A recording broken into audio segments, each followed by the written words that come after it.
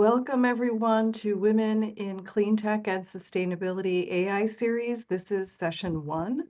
Make AI a powerful ally, navigate change, and achieve your goals. My name is Julie Bush. I am a board director here at Women in Cleantech and Sustainability, and my company Product Rehab is a sponsor of this series. Today, we'll spend a couple of minutes letting everyone get settled. We will have a keynote address by Sunita Kannan. We will talk about the workshop purpose and activities and have a panel discussion. We will wrap with plenty of time for Q&A, so please use the chat to drop your questions throughout. And we'll wrap up by 10:30 a.m. Pacific time. Our mission at Women in Cleantech and Sustainability is to foster an influential network of professionals to further the roles of women in growing the green economy and making a positive impact on the environment. As you may be aware, this is a 3-part workshop series. Session 1, we'll be talking about making AI your ally. In session 2, we'll continue with Get the Benefits of Productivity AI, and we'll wrap the series with session 3 in June in Shaping the Big Opportunities with Generative AI. Just a reminder for Zoom etiquette and virtual networking tips. Remember to mute and unmute appropriately. We'd love to see you on video. And we are really big with networking, so please drop your LinkedIn information in the chat. And remember to reach out to everyone after the session ends. With that, I will introduce our keynote speaker, Sunita Kannan. Sunita is a global lead of strategy at Microsoft and an Azure Quantum ambassador.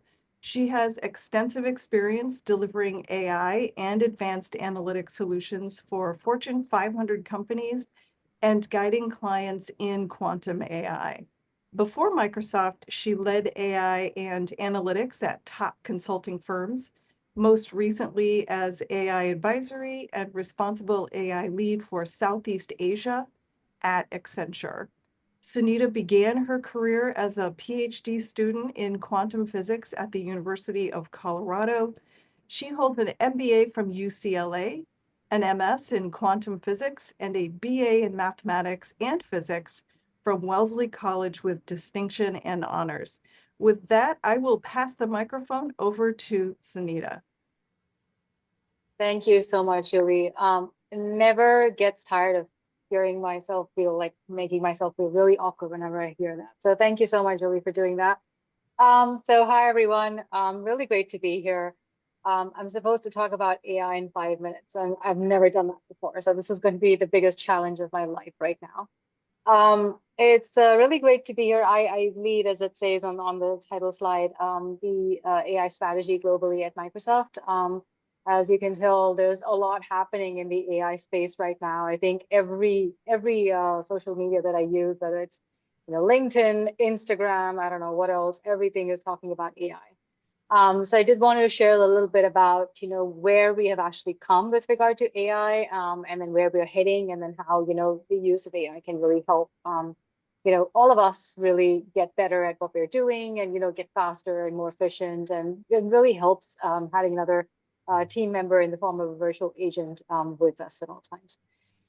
So we have actually redefined the definition of AI over time, right? So previously AI was typically known as the machine learning space, deep learning. What that actually means is to be able to predict a future state given where things are right now and using past or historic data.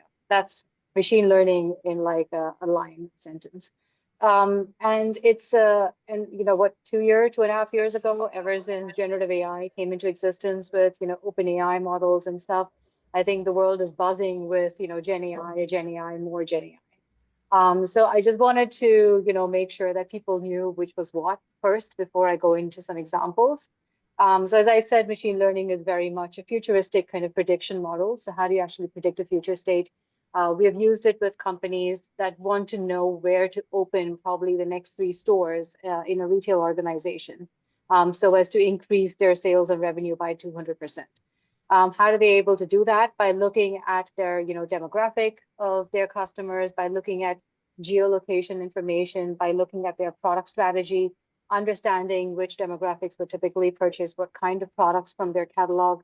And then based on that and their company strategy, understanding where it makes sense to open the next 3 stores. All of that machine learning can do in a much faster pace than we as humans would typically take to analyze that copious amount of data and parsing through all that information. So there's a lot of goodness to machine learning without a doubt. There's another company that, for example, looks at financial services, anything that involves transactions. You want to look into fraud, right? So fraud prediction is a very popular use case as well when it comes to AI. How do you get companies to actually look at, being able to not just detect fraud, but also use that information to not have such fraudulent transactions happen in the future and in real time. So you can actually prevent the stuff from happening in real time with such transactions in, again, not just financial services, but any company that basically transacts. So there are many such examples. Now that Gen AI came in, a lot of people are asking, what is generative AI? Now, generative AI is mainly on the optimization side of things. How do you optimize costs? How do you do things more efficient? How do you do things in a manner where you have an assistant or a virtual agent that works alongside you? So that's pretty much how it started. These large language models, or what we call the large language models, are this level of intelligence or this brain that we basically think that they can work like us. They work with language. They don't work with code. They work with language. So whatever sentences you're putting in, they're able to, make sense of it and do things pretty much like human beings is what we are heading towards. And with that, we are leaning into multiple modalities, right? So now when you're actually typing an email, you can also, speak your sentences, right? So you don't need to actually type things in anymore. So that multiple modality of speech to text really make it efficient for people to do things on the go. So now if I really want to understand something, I can just speak to my phone. I can just, speak things to even to my laptop and say, produce this report for me that, pretty much summarizes all the findings, the financial findings that we have based on this report. And I can send this report to it and say, now produce a formal report, written report for me that I can show to my execs. And it would do that for me, right? So that's the whole concept of Copilot, for instance. And Copilot is a very, very useful tool. And I'm just giving an example from Microsoft perspective, because anything that you're using, whether it's Microsoft Word, PowerPoint, Excel, any of these tools have Copilot in them. Make it really easy for you to do things more efficiently, faster, just get things moving. So now I can actually produce a 10 slide, 20 slide, 30 slide deck based on what I tell Copilot to actually put into those slides. I can give it extra information like an Excel document and say, based on this Excel document and report, build an exact PowerPoint deck for me for like 20 slide deck that's going to include A, B, C, and D, and E, and F, and just like word it all out to that.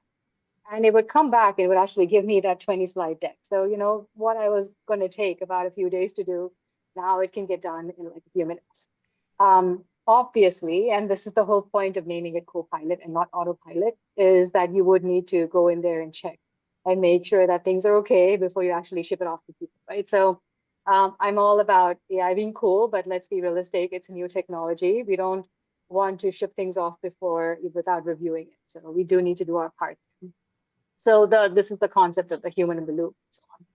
So I've just given a lot of different examples and cases where, I typically tend to use AI quite often in my day-to-day kind of, work that I do. Not really to just produce a PowerPoint deck for me, but also in terms of like Copilot in Outlook, right? That basically can draft an email for you that you would otherwise take a really long time to draft out. You'd be looking for the right kind of language. You'd be looking for the right kind of, elegance and style and everything. And this would actually, all you need to do is say, produce a really formal, eloquent, email for me that goes to my vice president of a company. So make it really, really sound important or whatever. You can make whatever out of it and put the kind of look and feel into it, and it would automatically drop that out. Even like today, for instance, I was actually nominating someone for an award, and I basically said, these are the prompters that I gave it, and I said, based on this, can you please write me like I don't know, 10-sentence paragraph that would be effective in actually getting this person nominated for this award. And it did that for me. And it sounded really good. So I was like, this is great. I don't need to waste my time actually coming up with really cool words to nominate this team. So things like that, where it just becomes super efficient. And to be honest, we've always had AI at our fingertips even before, right? So when you used to write an email, and then you start off a sentence, and then you say something, and then you pause, and it actually suggests the rest of the sentence for you. That's actually AI. That's actually where it's able to predict what you might end up saying in that sentence, right? So things like that, where it becomes like super effective. The other places where AI is being used, which I would really encourage people to do this, is like marketing kind of materials, right? If you actually want to generate a marketing campaign, um, generative AI is really good at that. It can produce from scratch an entire marketing campaign for you, depending on how you prompt that lingo or language to be. And it would do that from scratch, which basically means it's not actually copying this information from anywhere. It's not taking it from anywhere. It's generating it from scratch. Again, if I now do the same prompt again, it would actually give me an entirely new campaign. So this is the power of Gen AI. You will never have the same thing happening twice in most, like 99% of the time, right? That's the whole power of generative AI. So I would use it for marketing. I would use it for like, just parsing through documents. You can actually look through information from that aspect. In terms of like, we have search capabilities, right? If we have copious amounts of information and data stored somewhere, and you want to be able to search through that information for like sentiments, like my customers in the month of January, what was the sentiment like for a majority of the customers?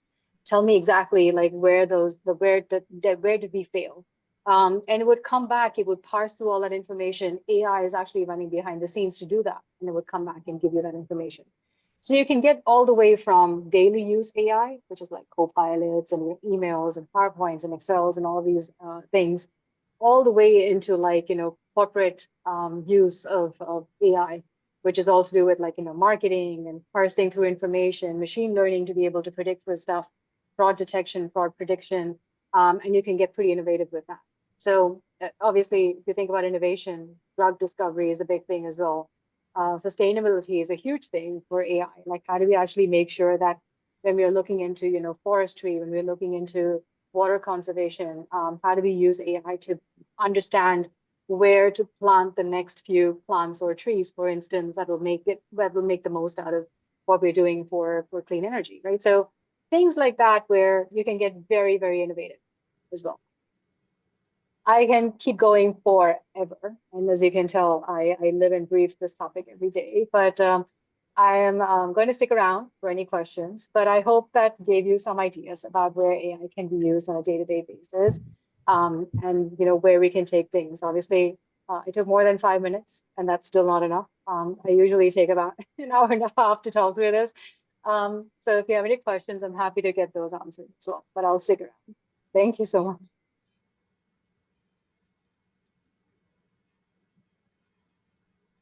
Okay.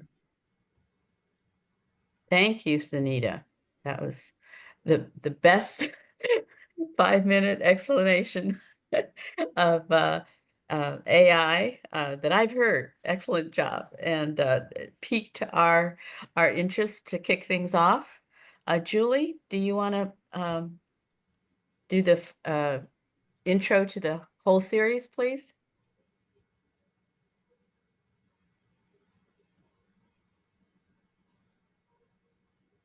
Julie? Yes. Do we want to advance the slides? Yes, thank you. That was just so refreshing, Sunita. Thank you so much. I am going to introduce our moderator today, Darlene Crane from the Crane Works, who was just absolutely instrumental in conceptualizing this series and pouring heart and soul into the production of it. So I will give a huge shout out to Darlene for all the work that she has put into this series.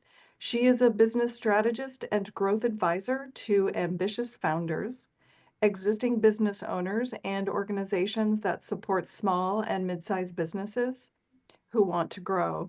She guides entrepreneurs through the complexity of major growth steps to achieve immediate objectives that build long-term value and positive impact in sectors like climate tech and sustainability.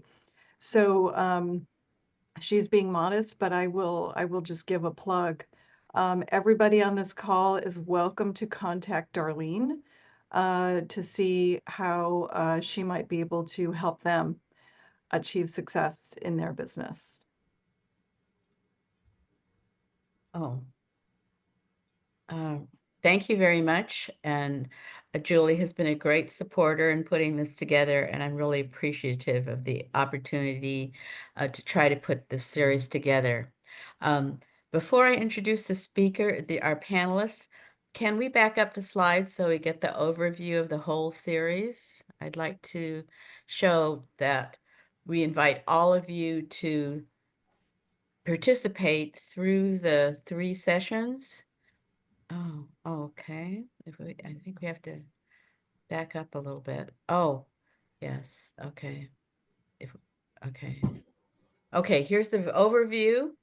And the whole point of doing 3 sessions is that Sunita did a great overview of the power of AI to help us with understanding the past, improving the current period, and also predicting the future. And we're breaking that down into 3 sections here.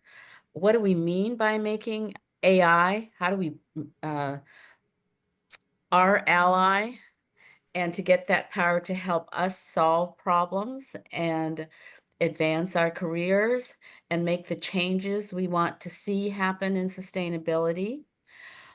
We definitely want the benefits of productivity, and for smaller, mid-sized organizations, because that's where many of our business owners are. And then finally, shaping the big opportunities with generative AI. How can we as women be more influential and decision leaders in the sustainability and climate tech area? And and I feel so strongly about this because what is coming up is that we feel that we're not present enough in AI and women, I mean, in climate tech and sustainability, and the same pattern is happening in AI. And conditions are not favorable for us. It is up to us to lead these changes. So this is our homework. To be influential and as powerful as all of these tools available. Okay, so can we move forward then? I'd like to jump into this panel and make our introductions. And I'm going to introduce Paula Schmidlin, who is an organization effectiveness consultant specializing in guiding companies through complex transformations and fostering resilient, agile cultures.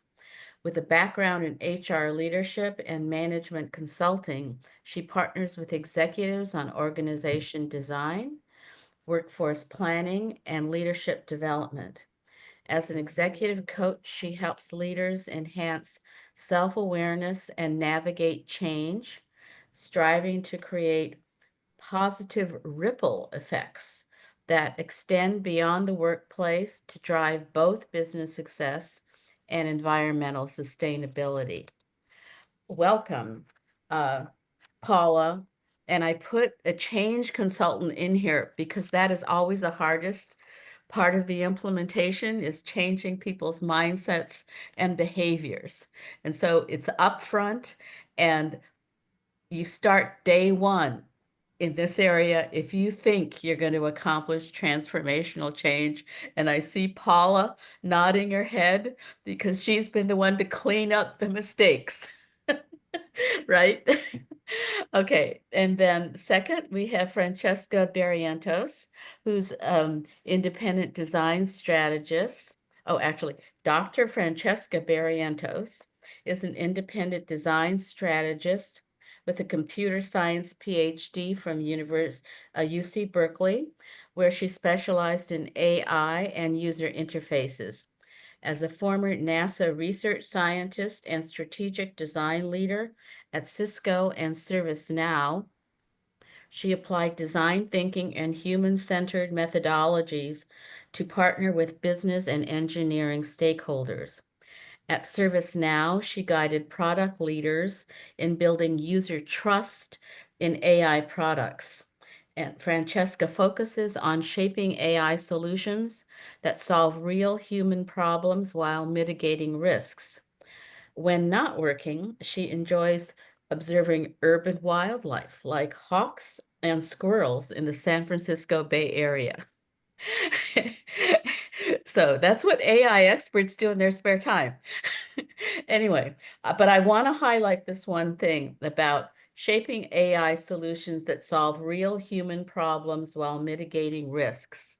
And what I want to emphasize that because I have, as I talk with more practitioners in AI, there is a perception that AI should be directed more at solving human and social problems and addressing risks. And so we're one of those human and social problems. So this session is for us. Okay, so we have focused on 4 major questions. And the first one we have is, how do you get ready to lead social and transformational change? Generally, we don't do that in the kinds of jobs we have, but with the power of AI, it's kind of a responsibility for all of us to do that. And so this is where I'm going to kick off with Paula, because she works with this all the time. And then we're all gonna uh, uh, chime in. Can we take off the slides and give Paula the full uh, um, full projection, please? Thanks, Darlene. Darlene, did you want to do the poll? Oh, yes, the poll. See the poll. Okay, we have to, sorry. I think is it Evine? We're going to sort of do some finding out perspectives from the audience on transformational change. Okay. Yes. Oh, and AI. 1 second.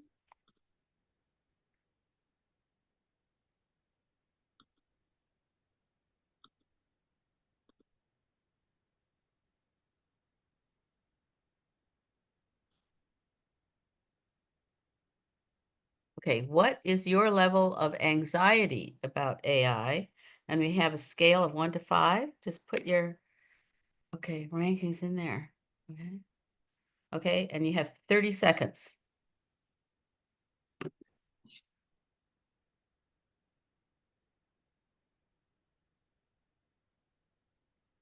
Okay. Okay. 14. Okay, 3 more people. I think we did it. Okay. Oh, so this is interesting. It's sort of a wavy line. We have 21% at level 1, 36 at level 2, 14 at level 3, and then 29% at level 4. Okay, that is an interesting response. Okay, so we're we're sort of all over the place with that. Oh, okay.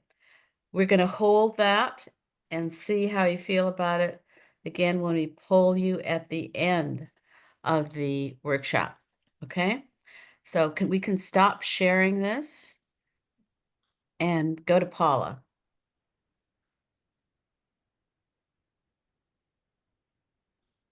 Great, thanks, Darlene. When we talk about AI, whether it's using it in our daily lives for personal or professional, or when we start kind of thinking about it from big picture and some of the other things that are going on around it and where it's going to go and how it's going to evolve and how it's going to affect our lives, it can kind of be a little bit intimidating. So, and with these things and kind of learning new technology, or at least for many of us anyway, a level of anxiety can increase a little bit. So we can become a little bit anxious. And when that happens, the best thing to do that we can do for ourselves is to first calm our nervous system. So we want to help relax our body and clear our minds. So the best thing and kind of I should say the easiest thing to do, or one of the easiest things to do to calm our nervous system, especially in the moment, is with some breathing exercise. So I'm just going to take you through a quick breathing exercise so that we can kind of get grounded. As well as you can take this with you for any, to use whenever you want to do, whenever you might need it. Before a big presentation, a big meeting, you just want to calm, relax the nervous system. So what we'll do is do a quick box breathing exercise. You may have heard of this. And what we'll do is where you inhale through your nose and then you exhale through your mouth, similar to maybe what you might want to do in yoga. But what we'll do is inhale through the nose for a count of 4. We'll hold it for a count of 4. And then we exhale through the mouth for a count of 4. And then hold that for a count of 4. So we'll do this a few times just to get this, so that you get a feel for how this works. So if you can just sit in a comfortable position, get your feet on the floor, arms relaxed, and I'll count you through this. So if we inhale through the nose, inhale, 2, 3, 4, and then hold, 2, 3, 4. Exhale, 2, 3, 4, hold, 2, 3, 4.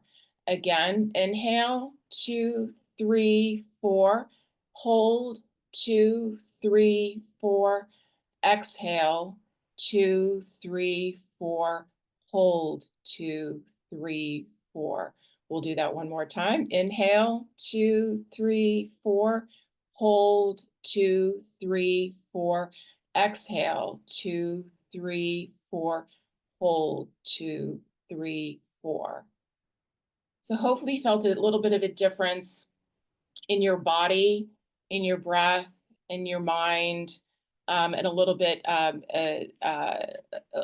more free and relaxed. So I'll do that, and then I think I'm going to also then answer one of the questions that Darlene had put on the slide earlier about helping us reduce that anxiety when using AI. So first is like, okay, get in that relaxed mode, calm the nervous system. If we do start to feel a little bit anxious about that. So the breathing can help. Also, maybe just some movement. Sometimes people just need to get a quick movement, get your arms moving, maybe shake, maybe do a dance, do whatever you need. And journaling can also help that, calming the nervous system. So those are just a few things, but just knowing that when we're kind of getting maybe a little uptight about something, calm the nervous system. The other is about kind of getting into a growth mindset. So this is, we're learning something new, and we can continue to gain more information about it. and continue with personal growth. So I think that it's, and at least for me, it's like, oh yes, I'm going to be learning something new, and it's not something to be scared about. I think another thing is that when we kind of consider the big picture of AI, where it's going, what it can do, what, some of the limitations around it, it can be a little bit scary. And but another thing is to remind ourselves to focus on what we can influence. So if we're just focusing on our just the task at hand, that can also help. And then with anything that we're a little bit intimidated by, it's around taking that first small step. Anything that you just take that first small step, that can help us think, oh yeah, that's right. Okay, I can do this. I can continue on. And rather than being this big boulder that's in the way. And then the one other thing, and we can get into a lot more of this, and I think that Anita had raised a couple points on this as well. And for me, is that it just being aware that AI is not perfect. As Sunita had mentioned, there's the in there of the co-pilot. It's not autopilot. It is, we need to be part of it. So whatever comes out, it's not going to be perfect. We need to review it. And knowing that the data is not always perfect and the output's not perfect. So just knowing that we need to put our own critical thinking in there and go from there. So those are a few of my comments around kind of helping reduce that anxiety about using AI.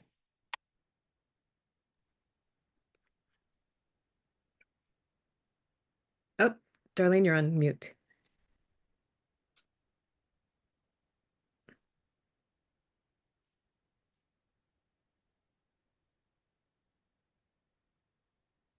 And then, Darlene, oh, there you go. Okay. Yeah, I'm here.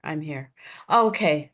When we kicked this off, we wanted to see how the three of us would learn from AI. So we all instructed ourselves to play with it. There's, I think I've heard that instruction a lot. So I said, okay, what could we play with?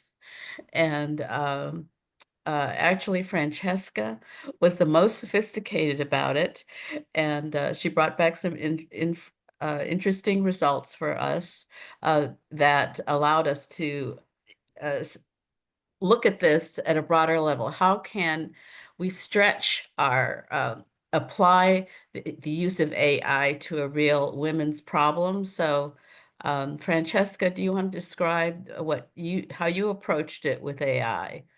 And then we'll talk about our discussion of it. Right. So Darlene shared with us this article about the glass cliff, which many of you may have heard about. And I was trying to think about, okay, if I think a little bit about the glass cliff and how it applies to maybe talking to this particular audience, I thought, one of the things that I like to do when I think about playing with AI is actually just try it out on different tools. So I took that article, I fed it to 3 different tools, Claude, ChatGPT, Perplexity. I asked it to summarize the main points, and I also asked it to tell me, why is this of interest maybe to an organization like Women in Climate Sustainability? And I do that kind of thing because it gets me to sort of stretch my mind. Personally, like I read the article, kind of skimmed over it. I thought I knew what it said, and the different AI tools had different takes on it and got me to look more deeply at maybe a couple of points that I actually found interesting. So it helped me understand what was interesting to me. So Okay. that's kind of like my standard of play, like try it on different models, see if it comes up with something that I wouldn't have thought of. Okay, and that I was just going to comment that when she brought that information back and the three of us talked about it, it raised more questions. And so that is why I think that, yes, it's important as an individual to critically think what AI is offering you. But I think the learning for me was that oh, we should be collaborating on these interpretations. And when we did that in the discussion, we found more new questions came up. And that's what piqued my interest. I said, I'm okay, I'm going to try that. So I've been more aware of actually co-pilots responses to my questions. And so I think I think that step of collaboration is useful. That was my learning. And Paula, did you want to make a comment for yourself before I move to the next question? Yeah, I think that it is different. So it's something that I was using for my own business, and using that when in the different tools I used ChatGPT, Claude, and then Gemini, and for one, it got the information completely wrong. So I was like, I know that wasn't correct. So I do need to, we do need those critical thinking skills. We need to review everything to say, does that make sense? Is that correct? So anyway, so I found that interesting. And I'm also learning that, different tools are probably better for different things. So definitely needing to be discerning when using it. Okay, thank you very much. So I'm going to move to our second question, which was probably the biggest issue that um, uh, we discussed as we prepared for this panel. And that is, I've been reading, lots of articles and looking particularly at what are the top skills that are in demand related to AI. And of course, it's data management is number one. But after data management, it's strategic and critical thinking. And it's frequently like, if you're going to be in charge of the AI, this is the skills you have to have. But then it poses the question of, okay, so how do you do that? And how do we start, particularly if we've been around in our careers for a while and we are used to our particular domain? How do we stretch our thinking strategically and critically and in a way that optimizes AI? So again, I'm going to go to Paula to kick this off, and then Francesca, and then I may throw in a couple of comments. But go ahead, Paula. Yeah. Yeah, I've seen several studies recently about, some of those skills that are going to be needed for leaders going forward. And it is that, even though knowing AI, learning AI and how to use it, but it's also that critical thinking skill. So I think it's going to be very important. And when I consider strategic thinking, it's that more, I'm kind of thinking about that the planning and the decision making for short-term, medium-term, long-term. So kind of what's needed in the future, looking at the big picture, what are the opportunities and the challenges going forward, and also considering different stakeholders and other factors, economic factors in the market, et cetera. So it's kind of like looking at that. And then from a critical thinking point of view, it's more about, okay, just observing, looking at the data, looking at the evidence, and analyzing it, and using your own skill around, does this make sense? And making sure that there is that the data is correct and that the output is correct. So looking at those different things, and then so I'll stop there, and then we can carry on with that. Right. And and everything to, what Paula and Darlene said, it is sort of taking a look at this, at things and using your own discernment. So talking at a more, really basic level, like when you're actually talking to it, like I like to think about using any of these tools, not the ones that are like co-pilots in Word or PowerPoint, but more when you're using these ones that are conversational, like ChatGPT or Claude or Gemini.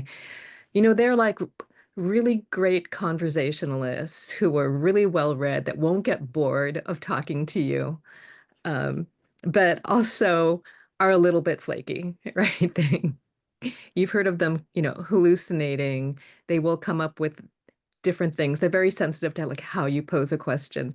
So knowing that they're not going to get bored, I will actually go back and say, well, try a prompt and say, and maybe erase that and try a different prompt and see what I get. And also realize like if to be critical in this sense means, there's when I'm kind of playing with it, and then I'm just sort of checking in with my own sense of, do I believe that?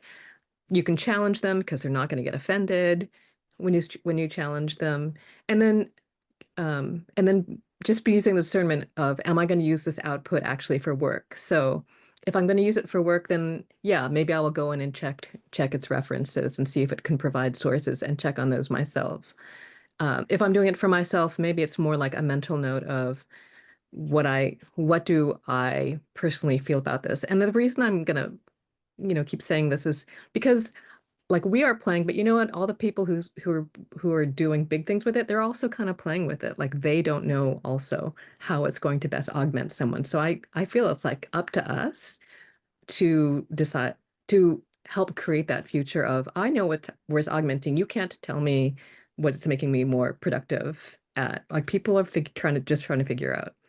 So that's and so being strategic means, you know, don't just trust these people who are saying like, this is going to make you more productive. Like decide for yourself. Yeah, I don't know. Do I want to be more productive at this by automating it? Or is this something like, I believe it hones my creativity and I'm going to keep doing it because it's building my muscle at things. Do I want to use AI to like make art for me, or do I want to pay artists because, they are going to know more context about me and my community? Yeah, and I think for using it strategically, it is really making sure that it is helping to solve a problem or a pain point with the work that you're doing, and not just kind of, I mean, you can use it for whatever you want really, but if you're using it for your business, knowing why you're using it and how it's going to help. Is it going to save time, money, resources? That type of thing. And so really being thoughtful about how you're using it and why you're using it. And I'm just going to mention my reactions to some of the comments that Francesca made, because she didn't say one thing, that AI is designed to say what you want to hear. It's very good at making you feel good. And as a strategist, a project strategist, a product design, and growth, strategist, I'm saying that's absolutely wrong. The decision maker, don't feed the decision maker's ego in decision making. I want something, to come back and challenge our biases in decision making and our leaps to saying, oh, it agrees with me. Okay, you must be right. That's the biggest mistake if you're presenting a proposal to the executive and AI is just feeding their ego. So I said, oh, okay. Is it feeding my ego in my domain? That's a big thing in terms of reading the output. I think the other one was that even the computer scientists are kind of playing with it, and so when I ever ask the programmer or the managers, they say, well, what do you think of AI? And I say, well, they don't jump out of, they say, it's really not going to replace people. Maybe, in the future somewhere, we have to be sharp using it. And Paula consistently says, raises the word discerning. And I thought, oh, I haven't heard that uh, word in a long time. What does discerning really mean? It means, you know, fine-tuning things. And for me, as a strategist, I'm always looking at, okay, what is broad and makes sense, and long term, does this make sense? If I'm doing a plan for 5 or 10 or 20 years, is what they're saying really going to be relevant, or is there going to be so much change out there?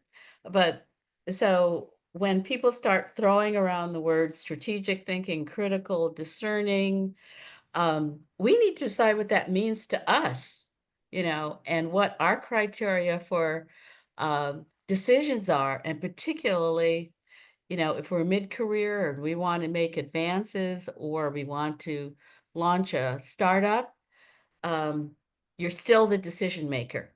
You do not give that up to AI. Okay. Um, so next, third question, I think we want to, we may come back to that in the Q&A if, because it's huge. That is, those phrases are tossed around constantly, and we need to know how we want to define them. Okay, so now we're getting to the heart of the issue. At times, when I feel like if I'm uncertain about things, and we're in a very uncertain period, it can sometimes feel risky to ask difficult questions to other people. So this is where AI presents a very interesting opportunity. It's not a person. It doesn't have feelings. So I've heard people say, I go into AI to say things I would never say in public and try to get some feedback. And so this is an opportunity for women. Right now, we're kind of being silenced and ghosted and in many ways, I'm working with artists a lot. Artists are totally dismissed as valuable professionals when they're highly trained individuals. And I've been at conferences where people are saying, oh, someday we'll get to creativity in the AI. When I see women doing amazing things as artists to solve problems and to help society. So I think this question is for Francesca. How can I deal with my own trust in using AI to address complex challenges? AI that a lot of people, more than a lot of people in this whole audience. When do you decide that you're trusting what AI is handing you? I guess I'm going to take this in a slightly different direction. Okay, And, go ahead, go ahead. Yeah, and that's just that I think that AI, because you're conversing with it, and so you get to use your natural abilities in human language and um, with it, that it helps you discover and you mentioned before about like, well, you don't want, maybe if as a leader, you don't want it just like feeding your ego. I feel like it's sort of like this really interesting, weird kind of mirror that it sort of feeds you things that you didn't even realize you were thinking, but it's kind of discerning, right? And so it's going to bring that back to you. So when I'm like wrestling with like things that are new and different, I might go to it and say, I'll give an example of how I play with it, right? Like I kind of when I find like a weird cultural trend, sometimes I, I'll say like, I don't know, like what's up with what's happening in the way that, um, you know, male lead male lead actors are being casted. They look so different now than they did back in the 1950s. What's with that? And I might say to myself, like, I didn't do cultural studies. I'm not an expert in that. But when I have those conversations, like it reflects back to me like, oh, and I say, like, here are my observations. Like it'll reflect back to me like, oh, you are making like an interesting connection between, your lived experience of, having, grown up watching certain movies and what you're seeing now and how our lifestyles have changed and why that's affecting culture. Right. So it's reinforcing to me like, oh, I actually have the ability to like observe things that are relevant to this particular issue.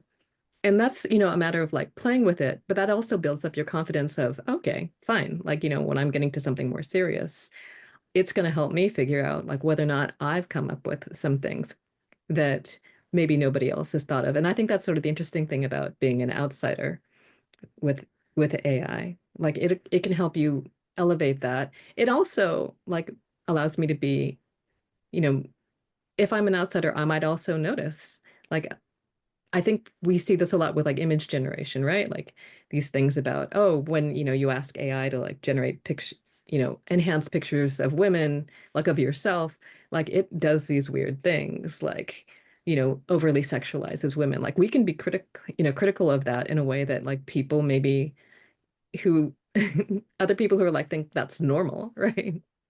Won't be critical of it.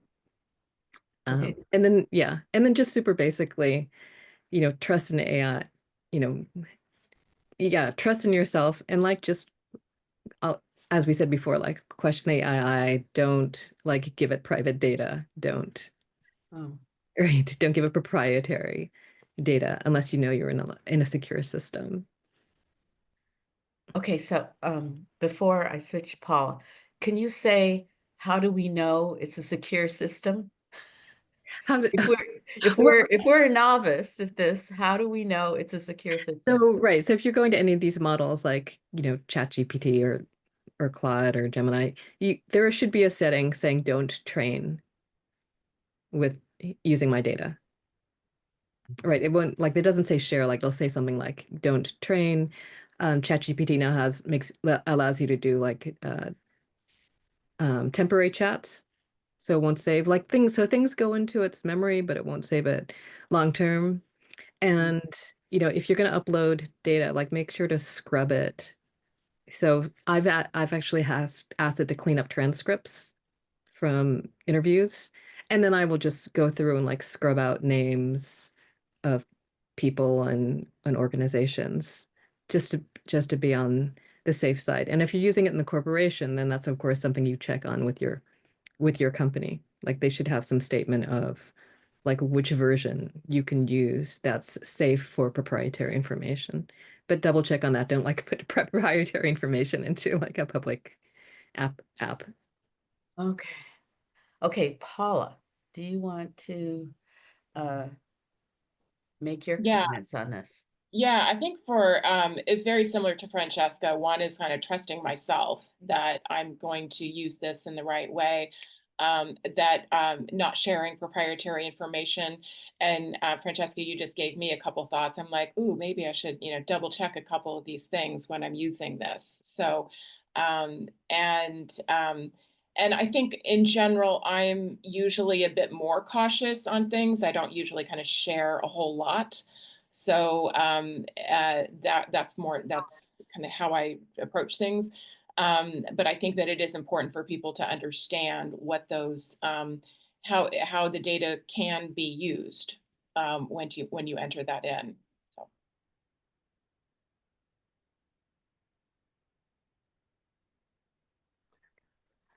I'm just gonna make one more comment about like also just I mean, one of the things that's sort of risky about AI is that it's going to create like this, people talk about like AI slop and also, how it's going to change our whole information ecosystem. So I'd say like start thinking about how you want to be a trustworthy part of this information ecosystem. So if somebody asks you to say like, oh, can you review my manuscript? You know, like don't just upload it to AI to give comments on someone else's manuscript without checking in with them first if it's okay, or even if it's okay with you yourself. Like, is that something you would do? And if you are, people want to play like people are playing with creating images and giblifying it, right? Like using artists' particular styles to change up images.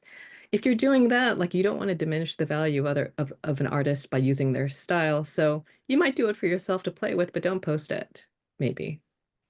Um, don't diminish the value of their work, things to think about. and I could see someone is saying like examples of scrubbing proprietary information. I'd say proprietary things, like I wouldn't upload them, but if things have private information in them, like I said in the transcripts, I delete people's names. I delete names of companies before I upload anything. Or if I'm gonna upload, thinking about uploading an image for like, you upload a picture and you say like, oh, what is this? What do you think? I make sure like there's nothing that's identifiable. Like it's just framing, this is the object that I want it to look at, not, it won't include other identifying things about where I am. Okay. I actually wanted to throw out this new question to you because um, one of the things that is a challenge for women is, as Sunita mentioned, is we work really hard. We make it to certain levels, usually mid-management, even senior, sort of pushing on the senior levels, and we have kids or we have an injury or life comes in and says, I can't keep banging myself against the wall every day, 40, 50, 60 hours a day. Um, and so we never get into the room that they talk about, the decision-making tables, where all the insider information comes out. We're really good at observing as outsiders what is happening, but we don't have a whole lot of experience as insiders and understanding how we can best influence the decisions that are made about our careers, or bankers and funding our business, or getting knowing how to win the right executive job for ourselves. And so we leap into a glass ceiling situation. I mean, I felt that was the only option I had for where I was, that I would have to take high risk jobs in order to. So how do we brainstorm right now? How could AI be an ally to us in these tough situations now that we mulled it over for what, 6 weeks now? How do we get that awareness to the insiders and decision making, and can AI help with this? Well, I can start off. I definitely think AI can help us and help us to, to better prepare and give us more information, and help analyze some of the things. I think that, but it's always also just being a bit careful and how it's the information is coming back and the output. Um, and I think that, the other thing that I, consider is that, I was talking earlier about what are those kind of key skills that leaders will need in the future. Some of these surveys that are being done, critical thinking skills and strategic skills and knowing AI, but it's also emotional intelligence. And so even with AI, we still need to be human, and we still need to be able to connect with people. And so being able to do that is still a skill that's going to take us very far. And so I would say kind of, keep that balance. You can definitely use AI for so many different things, but keeping your own, knowing yourself and how you're relating to others is crucial. Francesca? That's quite the question you had, Darlene. Okay, I'm just totally brainstorming, right? Like off the top of my head here.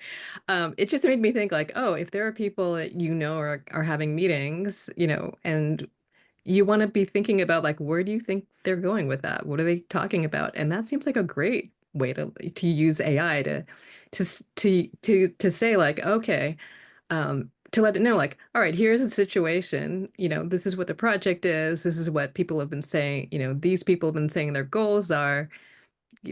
What does it think that they're talking about? Like, what does it think, like, you can ask it, like, give me 3 possible directions this might go in, if person A is really incentivized by, getting the most growth, or if person B is really, if they are really have close relationships with person C. I want to hear your top 3 different directions this could go in. And then that'll give you the fuel to use your imagination to say, like, if one of these things came up, like, how would I deal with it? Or, do you want to make a play to say, like, to at your next meeting to say, like, I think this is what people are actually thinking, and then you can find out a little more, like, oh, how are they going to react to what I say? So that's just an idea. It's Okay, like scenario planning, if this scenario happens, if that scenario happens, yeah, it's great. Oh, okay. So just to cap, so that if you're in a difficult situation or you have to make a decision, present different scenarios, or have run different scenarios through AI, and then get your reactions, refine your reactions, and next steps. Okay. Okay. That's a good suggestion. But I wanted to make sure that we touched on, uh, uh, because it could be also a good way to, if you're getting ready to go into a pitch situation, you could say, here's my 3 drafts, help me run through. I know these investors are coming, I know this company, how could I pitch to this audience in different ways to get a better outcome. Right. Okay, that's okay. So see, ladies, we can use it for some of our tough, more sensitive issues. Now, remember, keep it confidential. Don't put that out all over the world. It may come back to haunt you, or it may be copied by a number of people. Okay, my big learning from this was in interviewing IP attorneys for a client. And I one said that you will have difficulty getting a copyright if you use AI, I don't know, too much, or to create, published items. And so that needs a lot of research, but be very, very careful about what you put on the internet. Okay. Uh, And one more point to follow on with that, and we talked about this before. It's like how we be I keep using that word discerning, but being discerning about how you use social media, be discerning on how you use AI, and so you can get kind of sucked into it, and you don't want to share everything. So. Okay, so our last question that came up was, if you have been anxious about AI and you've gone through some play and gone through some scenarios and problem solving, how do you know when you're ready to make AI a serious partner in uh, uh, this, making decisions, like saying, this was such a great idea. And I think it has great potential for innovation. When do I commit myself and say, yes, we're going to go whole hog? And why is this important? Because my biggest learning out of this is that, can AI help women with our inherent risk aversion? We come up with great ideas.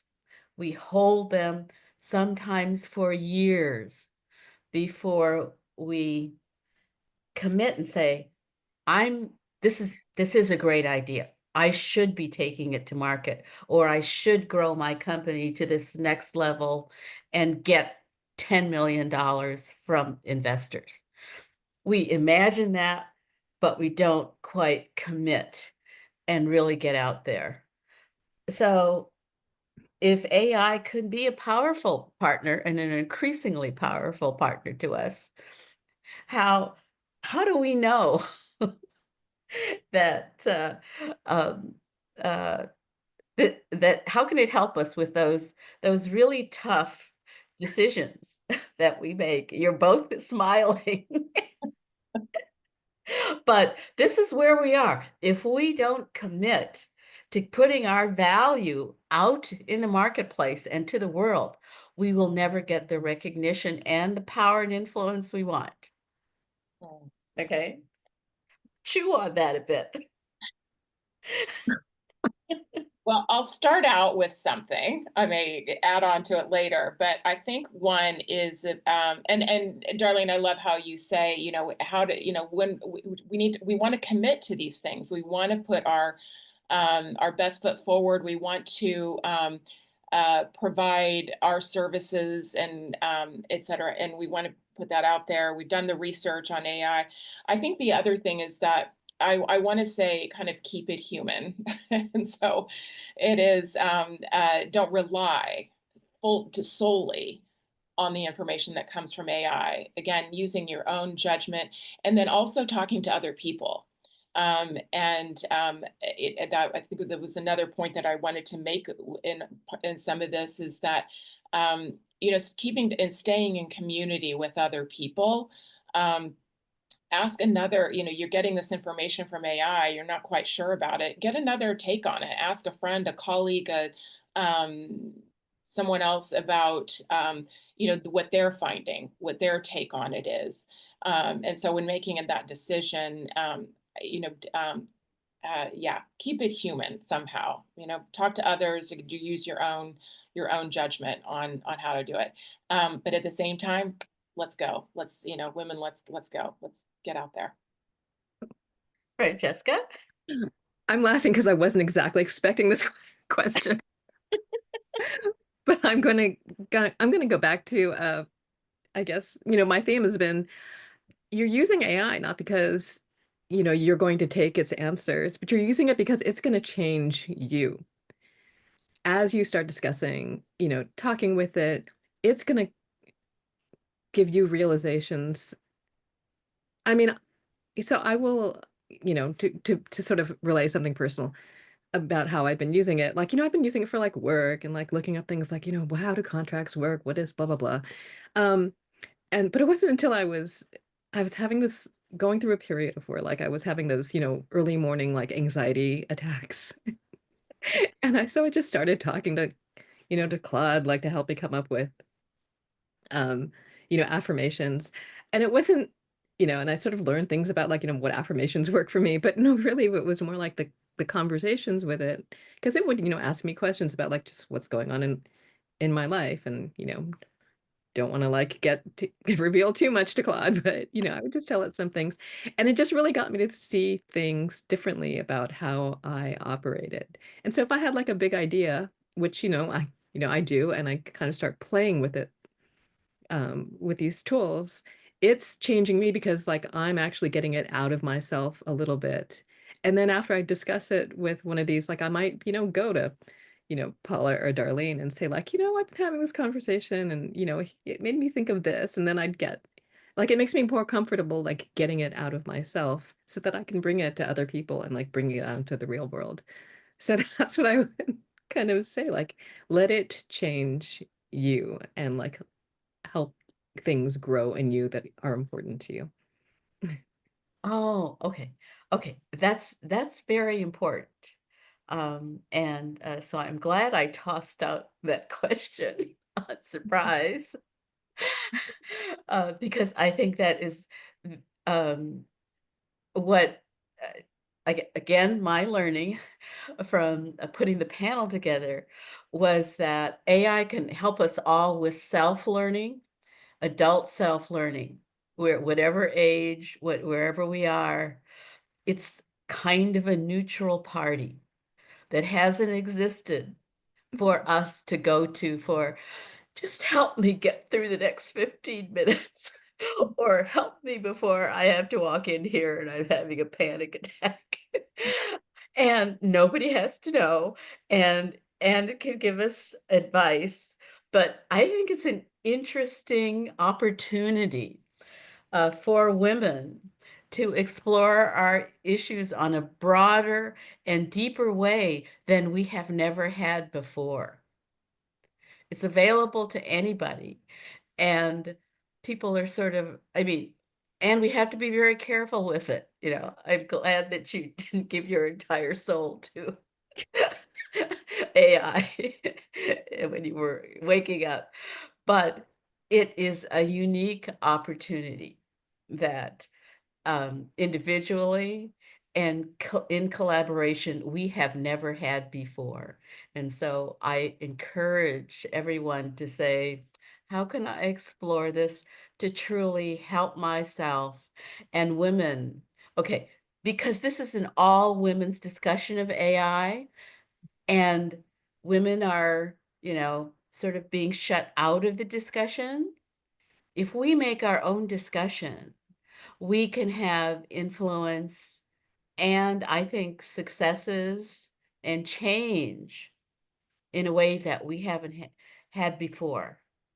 And so I'm going to open this up for the Q&A section. Evine, do you want to give us the first question to toss out here? Yes. Excuse me. Right about this moment, I started coughing. So I tried to catch some questions, but in the meantime, please, everyone, you're welcome to raise hands if you have more questions. But Leslie Lawton has asked a question. She's asking, could the panelists say which tools are best for what or for them?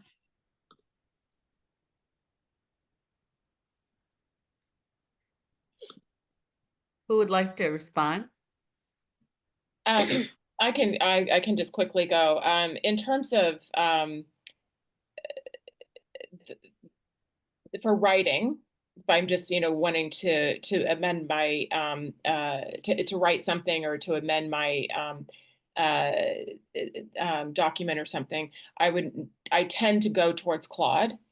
But then if I'm asking it more, if I'm asking AI for more specific things around my business or getting where it really needs to kind of capture specific data from elsewhere, I will use ChatGPT. And I also find that, at least for me, I'm able to see the sources more easily from ChatGPT. Because if there is something where I'm like, I'm not sure if I really want to present this because I don't know if it's 100% true, I can find the source and then go to that source and do that. And that's what I found so far. Yeah. Francesca? So I would say, I think the landscape changes really fast. So I'd say like, I'd spent most of my time like kind of doing my like critical thinking, like thought partnership with Claude, but I've now started gravitating towards ChatGPT. Claude only recently started being able to access the internet, but ChatGPT is better than that. And for search, of course, like Perplexity is really optimized for that in its interface. Gemini I've only just started playing with to see how well it works for that. I also pay for like pro subscriptions on a couple of them because I want to see like what is the level of quality I'm getting if I'm using a more advanced model than like an older model. And um so yeah, I think it keeps changing. Like I've heard that like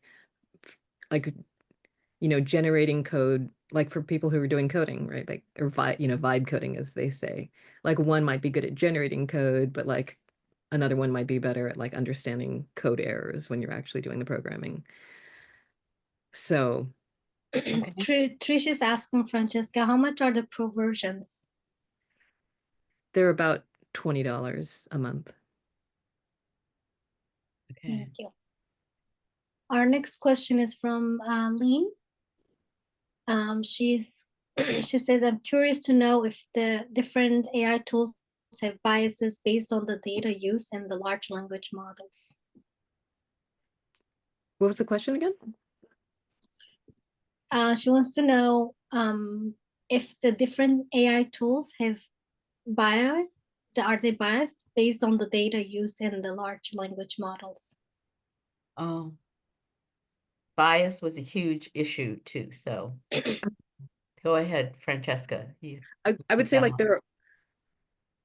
I'd say like they're like all the big ones, they're all biased in the way that the internet in general is biased. Like they train on the whole internet, right? Which is like mostly English language, very Western oriented, probably sort of male oriented. Some of the most so like the advances that are happening in AI, like among the sort of interesting advances are ones where they're starting to try to train it on, maybe like specific languages or, having more context from specific cultures to help with, you know, yeah, like with particular regions, right? So that they can reason more clearly about those. So yeah, I mean, it's all the terrible stuff that's on the internet now. All the terrible and wonderful stuff that's on the internet now. I have a funny story about that. Yeah. I am Kurdish. I tried to put a prompt in ChatGPT to generate the image describing my family. When I put in that I'm Kurdish, it started generating like Jesus looking dads, and my dad doesn't look like Jesus. I don't know why. So basically, it's a whole mess out there. Yep. But thank you for your answer, Oh. Francesca.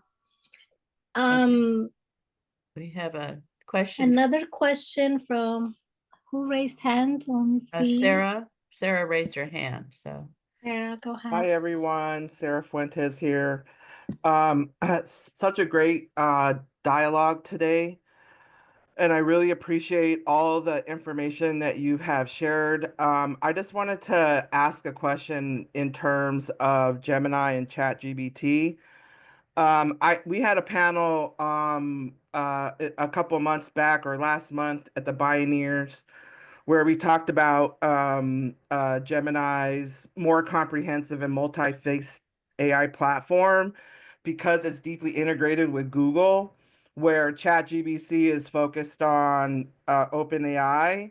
So I just wanted to kind of just bring this up in terms of the different capabilities, AI tools that are being used out there, and just wanted to just kind of throw that out there and see what the panelists thought around the different modalities. okay. Francesca, do you want to go? Yeah, I mean, and right. I mean, you're right. So and this is just constantly changing. So Gemini is natively, of course, integrated with Google tools. So, so if you want it to use your data, it's much more easy to do that. But I know that like other tools like Claude are just starting to do that. You know, so yeah, I mean, I feel like I can't really say anything definitive. It sort of changes. It feels like it changes like week to week.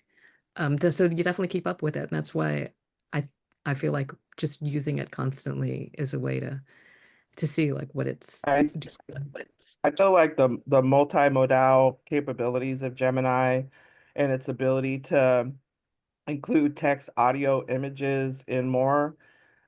And just using them both in the same capacity, I've seen, and just my user experience, like the Gemini seems to be a little bit more robust in my user experience. Cool. Thanks for sharing that. I think that's something to check out. Okay. Okay. So we Thank have to you. kind of teach ourselves. All right. Okay. Do we have another raised hand here? Yes, we have Nagashri. Here. Wonderful discussion. I have a question for like responsibility for training. And the question is, since we are the people who have been focused less and less spotlighted and less included on this, don't we collectively have the responsibility to add that data into the training model so that it is included? And is there some kind of movement of, you know, more of us being included on more platforms and putting in our voices and our relevant data there so that it trains it? So the question is responsibility to actively use OpenAI and all the platforms so that, like specifically to what Evan mentioned, right? Her specific culture and that information is not put out. So if we go in and give all that data, not our proprietary information, but to enhance it, that will help all of us in the long run. So there's a question. Right.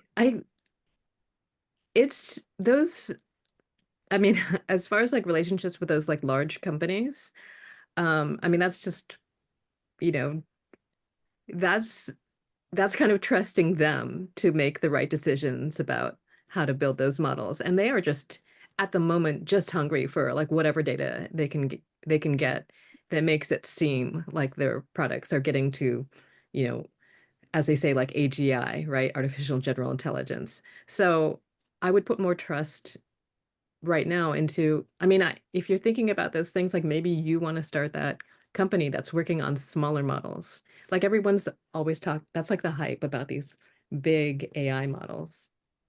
But maybe, you know, the future is really going to be a lot of smaller AI models where they are shaped with the training, like with training data by people who are more thoughtful about what they're putting into it. So I think, you know, your sentiment is completely right. Let's figure out how to do it. And I don't know if it's going to be working with those big companies or maybe paying attention to, you know, creating our own, or maybe you want to start thinking about like a company that you want to start creating your own AI tools that are more beneficial for specific populations. I think that is actually a big opportunity for women, since we is to create our companies that protect and responsibly handle the data that we think is important to problem solving and making life better. So you are absolutely spot on. Think about it. What you'd like to do. Okay.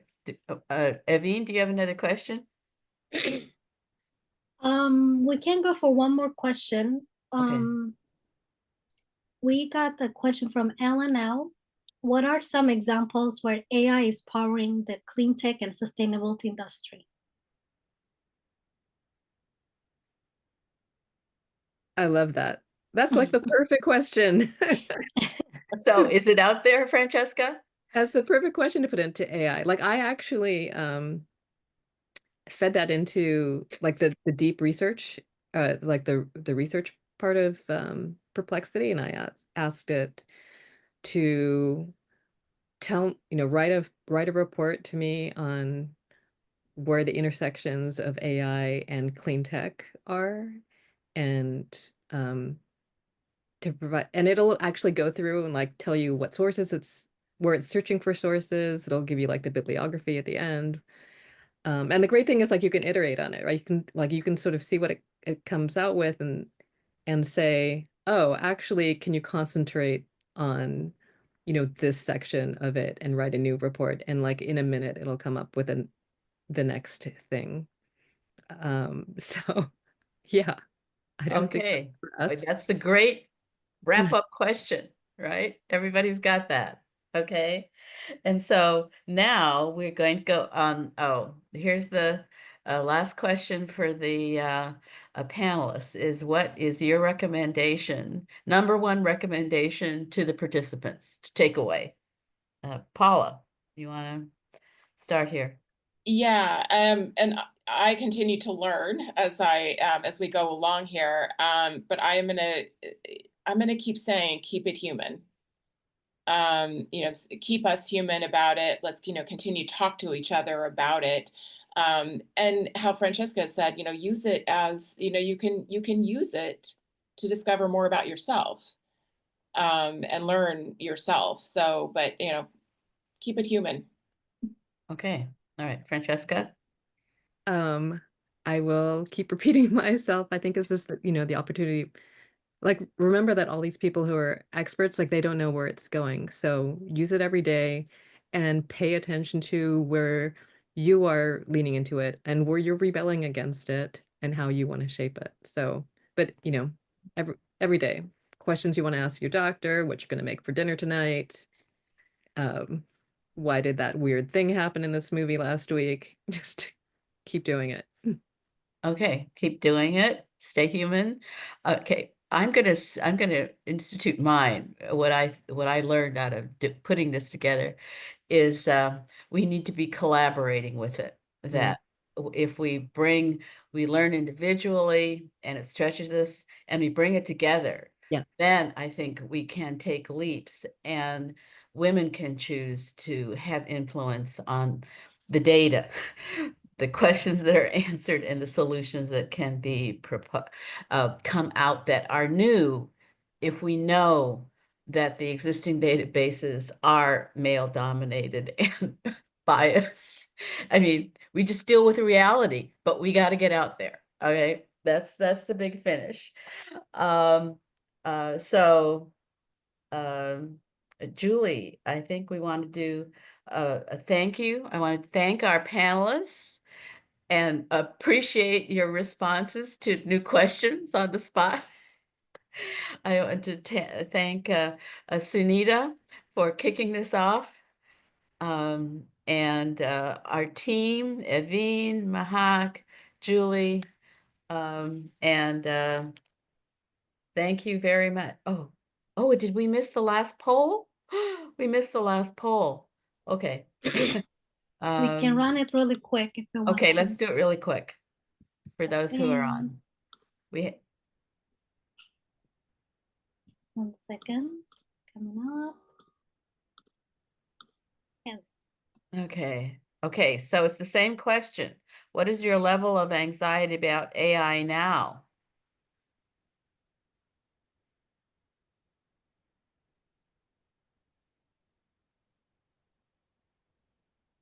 Oh, okay. Out of 13. Okay. Okay, so there was a shift here. No one at the prior one, 29% were at 4. And now nobody's there. So we have 36 at level 1, 36 at level 2, and 27%. What? 27% at level 3. Oh, okay. So we reduced your anxiety a little bit. We got you off that 4th level. Okay, can you all see that? All right. Anyway, thank you so much. We're now at 1 minute left. So thank you so much for being here. And we will send you some information about the resources and the list of tools, and maybe some comments. And I hope we are all ready to use AI every day in some capacity. All right. Thank you very much. And come back for session 2. That's around small businesses.